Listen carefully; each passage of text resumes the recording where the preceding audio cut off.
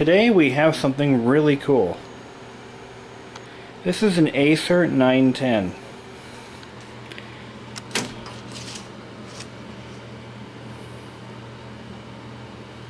I don't know what that is. I got this from the original owner, who owns a business. He actually owns a vending business, but he mostly vends, well, he owns like gumball machines, probably hundreds of arcade games, cigarette vending machines, etc. Skill cranes, and he's winding down his operation. And I was able to pick up this from him. This is his old business machine. I just met the guy today, and a coworker actually knows him pretty well, and he knew that I was interested in old junk, so he brought me along with him to see what he had in his inventory. And it was a sight for sore eyes. The machines that he had in his barn were mostly parts machines, old Rockola jukeboxes, every kind of arcade game imaginable. He has it, and the stuff is going really cheap. He's actually trying to liquidate what he has, but unfortunately I don't have room in my little condo for anything cool like that. I wanted to pick up a skill crane and put it where the TV is, but then that begs the question, where the hell am I going to put my TV? And I've got a motor scooter sitting right there because I have no other place to put the damn thing. Well, anyway, so I grabbed two items. The first item being this Acer desktop complete with original monitor and keyboard, and it is in rough shape. This thing is nasty. It's all fixable, I'm sure, but we'll explore that. I also picked up a Phoenix. This is actually a Japanese slot machine. This is the glass panel that goes in the top. I took that in my car, and I left the machine with my coworker in his Jeep because I'm gonna arrange a way to get it to my house tomorrow. But it is a real honest-to-God slot machine. I'm really excited. I can't wait to play with that. So back to the Acer. I don't know if it works. Don't know when the last time it was turned on. I don't know what to expect. This thing is absolutely disgustingly filthy. Jesus Christ. Unfortunately, it uses a CGA monitor, and the power switch is pushed in or something. Unless it's a dummy or something, I have a power switch somewhere else, but I don't think that to be true. So I don't know what I'm going to do here. I'm going to have to pull that apart and fix it from the inside. But this guy actually services all his own stuff, so he has a full workshop filled with you know, video games and their assorted parts. Where is my screwdriver? There it is. So let's see what's inside here before we power it up. There could be something living in it. Okay, so let's take a look at what we have for equipment.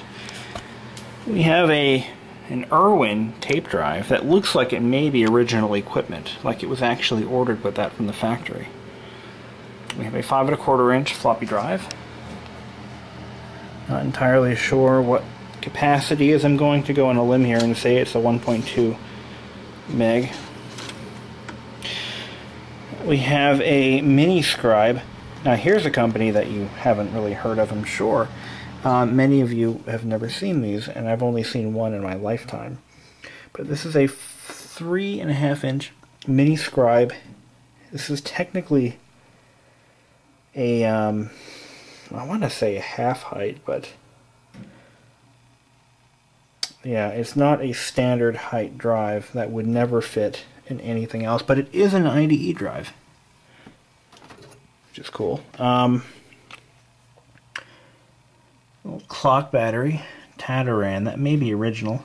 By the way, this PC was made in 1989. It is a 286, as you can tell by the 286 processor. Where I see that? Ah, there it is. The camera around so you can see it. There it is. Intel 80286. Unfortunately, it is equipped with a CGA display adapter, and I don't have another CGA monitor to try, in case this one doesn't work. That is a monochrome, by the way, CGA. And we've got, this is the IDE controller, and this is the hard drive LED indicator. Yep. Now that tape drive appears to use, yeah, it does. It uses the floppy disk controller, which is odd. But now that I think about it, some of the old tape drives did in fact use the floppy controllers. Thankfully, this drive still has the defect map and parameters on it, so when I go to power it up, and it doesn't recognize anything because the CMOS battery is probably flat, I'll be able to, you know, get it going again. It's in actually pretty good shape. It is dirty, absolutely disgusting. Probably is an understatement. Mainly the keyboard and monitor, but I'm sure it works. So, without further ado, I'm going to plug in the monitor and see what happens. This actually has the pass-through connector on it. There's a term for those, I don't remember what it was. But oh yeah, here's an unusual feature. The keyboard connector is on the front. Very unusual, even for that time period. You know what? Let's do this live. I'm going to try to find it. Oh, there's my power cord. I thought I brought one down. I do have one right here. Okay. This is a little bit like that Freemason machine I had dragged in here at one point. The only difference is I actually know who owned this one, and I know there are business secrets and account information from the 1980s, most of the 90s, sorry, on this machine, and I was asked to remove it if I find it, so I'll do that per the request of the original owner. In this case, the owner actually told me what was on it and trusted me to clean it off for him, so I have no problem doing that. You know me. Alright.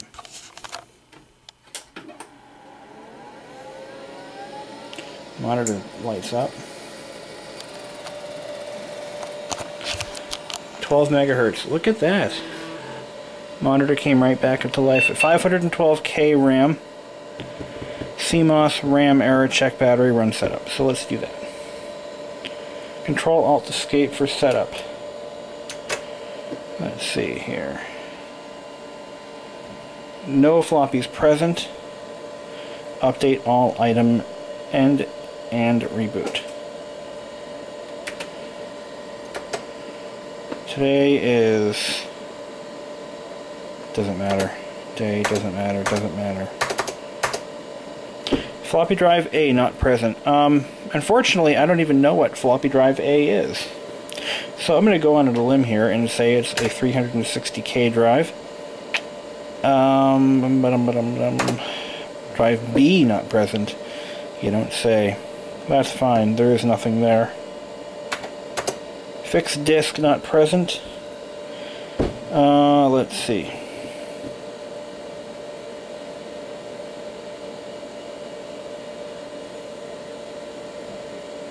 Let's try one.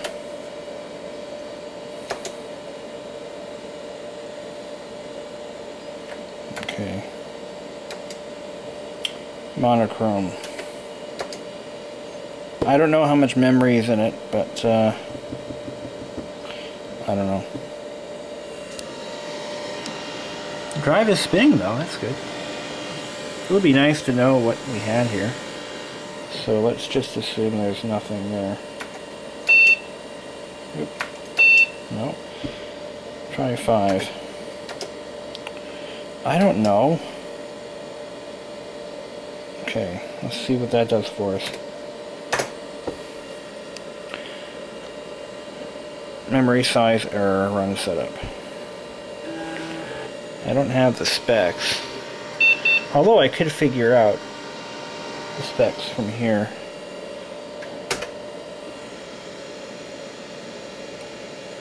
Okay, it's trying to boot from the floppy disk. Obviously that ain't happening. Probably don't have the right hard drive information there, so.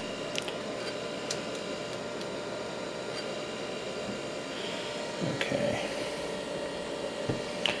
You see, back in those days, they really didn't have auto setup. There was no such thing, it didn't exist, so, no, wait, I meant to try something there. Power it down.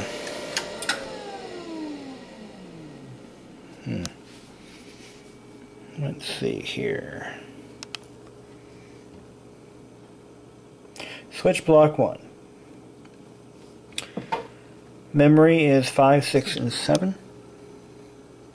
Switch block 1 is right here, and it looks like 5, 6, and 7 are on. They are on. Which means this machine has a total of 512 kilobytes of RAM. Alright. Fair enough.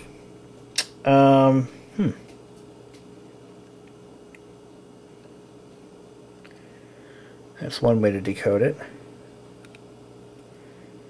Alright. Now you would think, for a minute, that this machine would be able to figure that out on its own.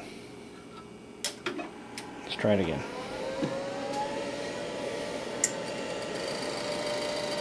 Unbelievable. The voice coil drive. I didn't expect that. I figured it would be a stepper. Alright, here we go. Let's try this again. F1 to continue, or Control-Alt escape. Alright. Obviously all of our settings are gone. It doesn't faze me one bit. I'm gonna update all items. Let's see, ignore. Let's try 2. And I'm gonna say 0 not present.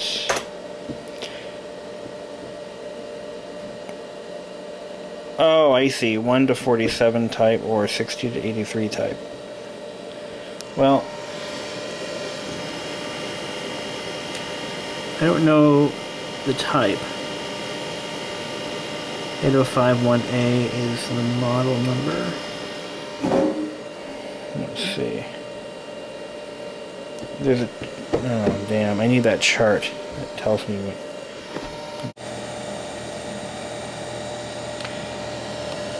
So we know we have 670 sectors, cylinders, sorry. It says 0 heads, but that's bull. And 9 sectors per track. So 670, 0, and 9. I found this handy chart that lists every AT hard disk type. So let's try to find something close to that. It's on this web page here.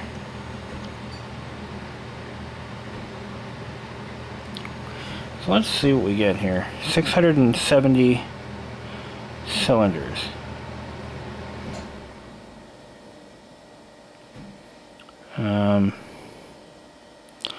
That's only 0 through 32.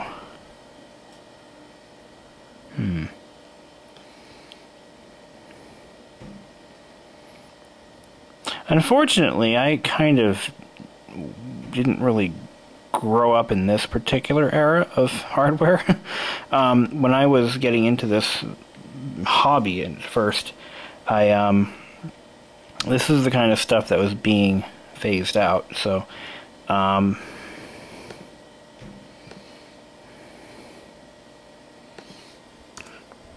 670 sectors.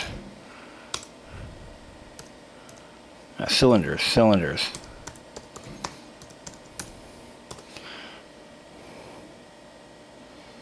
Let's see. I'm trying to reference a specific table. Hard drive BIOS.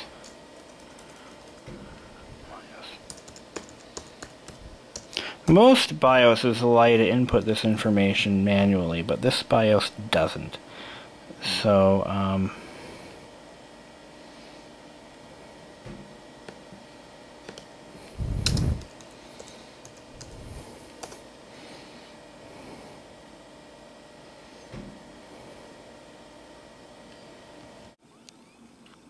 okay, I've identified the drive as a 1.2 megabyte, which is, by that I mean the internal 5¼ inch floppy, which I've now removed. First thing I'm going to do before I try to boot it off a floppy is clean the heads manually. The hard way. The best way. I've yanked the system somewhat apart. I just found out, I did some quick Googling, and it turns out that Miniscribe sold out to Mac Store. So that answers that question. I'm going to pop this drive apart and clean them heads. Check out this gnarly lock, barrel lock. Back in those days, it was really common to have a locking PC. So this lock, when engaged, it looks like it'll lock out the keyboard and mouse by depressing these two switches here. It looks like that's what it's intended to do. So, yep, good for them. Let's see how those heads look. Not bad. Okay, using this chart, after discovering what the actual drive size is, it was 40 megabytes, I was able to make a wild guess. I chose, because it isn't one for 40 megabytes exactly, type 14. No, I think I used type 17, because it was the closest to 40 megs. 42 megs is what it is. First try, bam, got it. Okay, so it is now booted into the original inventory and everything. Let's see. Machine profiles.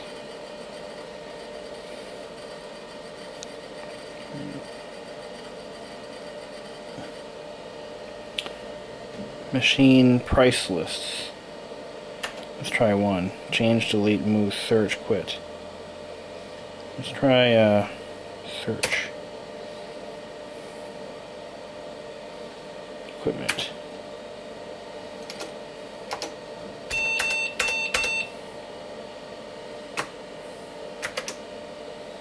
Let's see.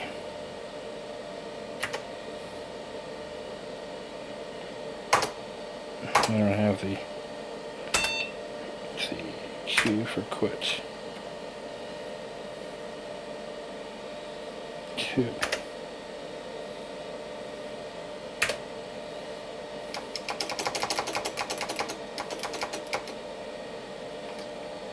This could take a little bit of playing with, but you get the idea. Control Z.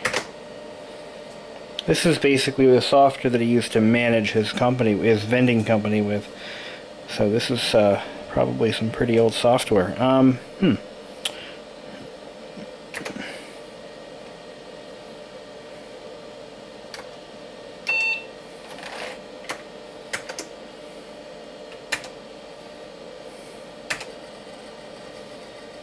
Cool.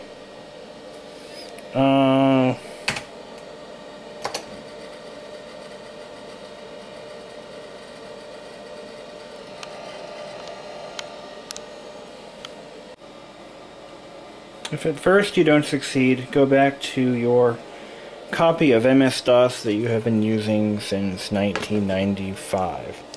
Alright. I've seriously owned these discs for that long. Alright.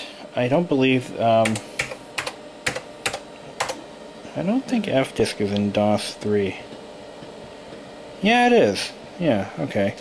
Display partition information. We have 2 drives. We're going to delete them both. Now, I believe the drive size ceiling on DOS 3.3 is 30 megabytes. So,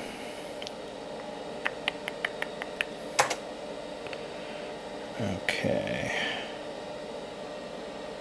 We have a 40 megabyte drive. Let's see what happens.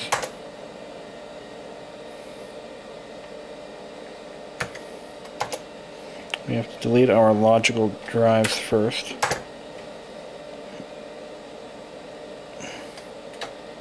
Oh, let's drive letter D. I'm pretty sure on that one. Okay. Display, delete, delete extended to, yes, oh, whoops. Do you wish to continue? Yes, I do.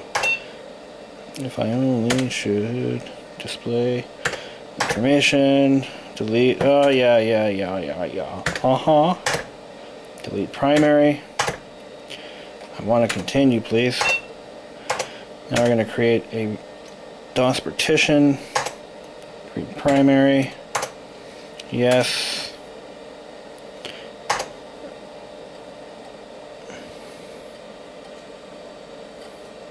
Okay. Now it's going to restart. Now, as long as I don't power this machine off, it'll still retain all of the BIOS data that I have inserted, typed in, entered. There you go. So here we go. We're gonna format this drive.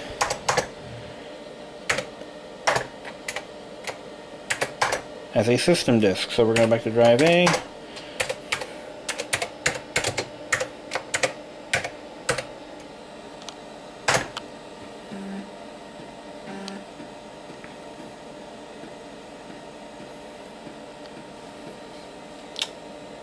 And this is also where we'll get a good idea as to the overall health of this drive. This is the first time since 1989 that this drive has likely been formatted. A long time. Hey, sometimes you hit the ball out of the park, but sometimes you have a few stumbling blocks along the way. We have some bad sectors on this drive, but that's not surprising considering its age and the fact that it's a mini scribe. So, hey, it worked. We're now booted off of the internal drive, and after we do that, we're going to go ahead and copy all of the data from disk 1 and 2 onto the hard drive into the DOS directory. Fun stuff. Coming soon. Okay, there we go. So now I gotta figure out how I'm gonna load this thing up with software. Alright, so I have begun cleaning things up a little bit. The monitor is a little scratched here. As it turns out, the reason it yellowed like it did, where it yellowed on the base, but not up here, is because the monitor is largely painted. But the rest of it isn't, which was a very common practice on lesser expensive electronics in those days. It is a CPT tube, which is a Taiwanese maker. It's not the greatest, but it works. As you can clearly see, after 22 years, it still fires up. 23 years. It still comes on bright as ever. No screen burn at all. You couldn't ask for a better monitor. But it is cheap. I've seen some pretty cheap ones, and this is probably one of the cheapest. It's cleaning up nicely, though. At least the painted surfaces are. Not much I can do about the yellowed portions. But cleaning up quite nicely, actually. I'm glad it's a amber monochrome. Those are very easy on the eyes, and I just prefer that amber look. Trying to figure this machine out. I mean, it was definitely one of the least expensive computers on the market at the time. I mean, we've got a factory monochrome display. We've got a 5 1/4 inch drive that appears to be a 1.2 megabyte, and we have a tape drive, which was a factory installed option. So all those things added up. 286 with only 512 kilobytes of RAM. I mean, this wasn't exactly rocking, even in '89. You know, it is what it is. It was not an expensive machine. So that thing I was showing you guys earlier about the monitor, I'm trying to rotate it over. There is a it looks like what appears to be a power switch was pushed in. Well, it turns out it's not a power switch at all. It's just a dummy plate. And yes, it was in fact pushed in all the way. So I'm going to try to put that back where it belongs.